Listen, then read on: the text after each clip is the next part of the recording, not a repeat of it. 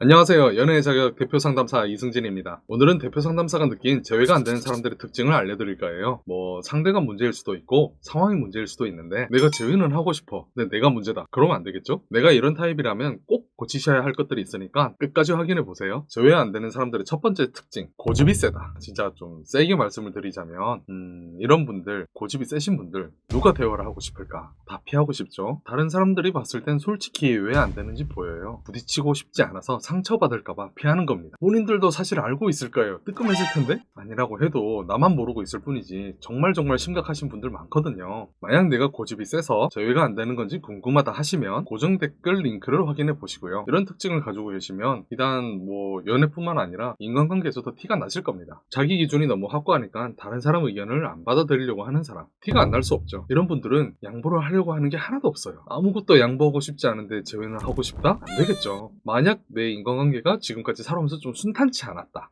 내가 고집이 세서 그런 건지 아닌 건지 한번 의심을 해보셔야 하고요. 다른 사람들도 그렇게 느끼는데 내 상대는 오죽하겠어요. 어느 누구보다 가장 친밀한 관계를 가졌던 사람인데 그만큼 나의 이런 모습, 고집이 세고 남의 의견을 안 받아들이려고 하는 거, 이거 상대방이 굉장히 많이 봤을 텐데 그동안 내가 대체 어떻게 보였을지 한번 깊게 생각을 해보셔야 합니다. 두 번째, 내로남불의 경우. 어떤 경우든 사실 제외는 될 수 있거든요. 그런데 내가 내로남불인데 제외가 됐다. 그러면 그 다음에 행복하게 사실 거라 생각하시나요? 원래 사람들은 같은 이유로 계속 헤어져요. 근데 내가 내로남불인 거를 상대방이 제외를 해줬다? 아마 지금 에너지가 좀 더 남은 상태에서 한 번 더 기회를 준 거고 다음번에 또 헤어질 이유밖에 안 됩니다. 님이 안 바뀌면 상대방이 님을 좋아할 리가 없어요. 이 내로남불 상대방이 견딜 수 있어요? 못 견뎌요. 나도 견딜 수 있나? 내 내로남불? 못 견뎌요. 헤어집니다. 내가 내로남불인 경우에 당장 제외하고 싶으니까 노력은 하시겠지만 제외를 하면 아마 또 그대로 돌아가실 겁니다. 세 번째, 주변에 피해의식 있는 분들 생각해보세요. 딱 답이 나오죠? 항상 자기가 공격당한다. 항상 내가 손해를 본다. 항상 다른 사람들이 나를 의식한다. 나를 부정적으로 생각한다. 이런 생각들을 하시면 내 애인한테도 굉장히 공격적이거나 또는 자기 비하를 많이 하시게 됩니다. 심지어 이런 분들이 그런 것들 때문에 잘못을 하셔서 제외를 하고 싶으셔서 찾아오세요. 근데 이분들을 저희가 봤을 때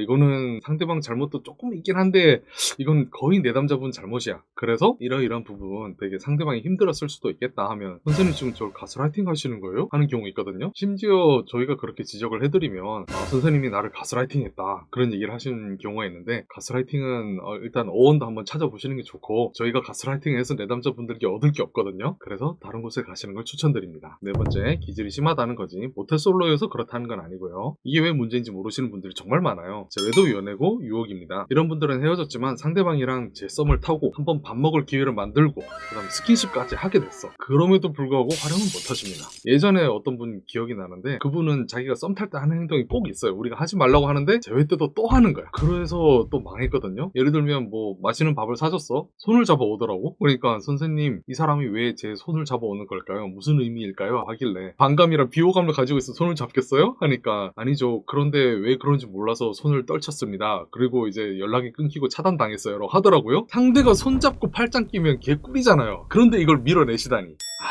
다섯 번째는 극불안입니다. 오해를 하시면 안 되고 극불안이라서 다 그렇다는 건 아니에요. 제가 사례를 하나 들자면, 제가 금요일까지 너톡을 써드릴게요 라고 하고 3일 동안 굉장히 잠잠하셨어. 근데 금요일 오전 6시 반부터 긴급 전화랑 카톡이 계속 오는 거예요. 뭐라고 왔냐면 선생님 너톡 언제 주시나요? 언제 주시나요? 언제 주시나요? 계속 오는 거야. 그래서 저는 그때 깨달았어. 이분들은 언제 주는지 그것까지 얘기를 해줘야 돼. 남자친구가 회식을 가면 몇 시에 돌아오는지 알려줘야 돼. 그렇게 해야 안심을 하는 거예요. 근데 사람들이 보통 회식이 언제까지 될지 모르겠다, 2차 갔어, 3차 갔어, 늦게 끝날 것 같아 하면 폭발하는 거야. 늦은 이유, 그 다음에 왜 거기 여자가 있었는지 이런 거 설명을 해야 되는 거야. 설명을 진이 빠질 때까지, 저 사람이 납득할 때까지 2시간이고 3시간이고 계속 해줘야 됩니다. 그러다가 만약에 한 가지를 잘못 얘기했어, 뭔가 알리바이가 안 맞았어, 그러면 극단까지 가버리기도 해요. 그래서 이게 상담사도 굉장히 이런 분들을 감당하기 힘들고 당초 사귀었던 상대방들도 힘들었을 거예요. 대화를 할 수 없어요. 대화를 하면 항상 설명을 해야 돼. 납득을 시킬 때까지. 보통 회식 갔어? 잘 놀다 와 라고 하면 끝나는 사람이랑 회식을 갔어? 어디를 갔어? 왜 갔어? 누구랑 갔어? 힘듭니다. 심지어 어떤 일이 있냐면 우리가 전혀 하지 않은 일이야. 상담사든 연애하신 분들이든 우리가 전혀 아무것도 안 했는데 갑자기 본인이 꿈을 꿨다, 친구한테 어떤 얘기를 들었다, 이거에 꽂혀서 진짜 덜덜덜덜 볶으시는 분들이 있어. 그래서 그거 이런 뜻 아니다, 그런 의미 아니다 라고 그러면 이럴 수도 있잖아요.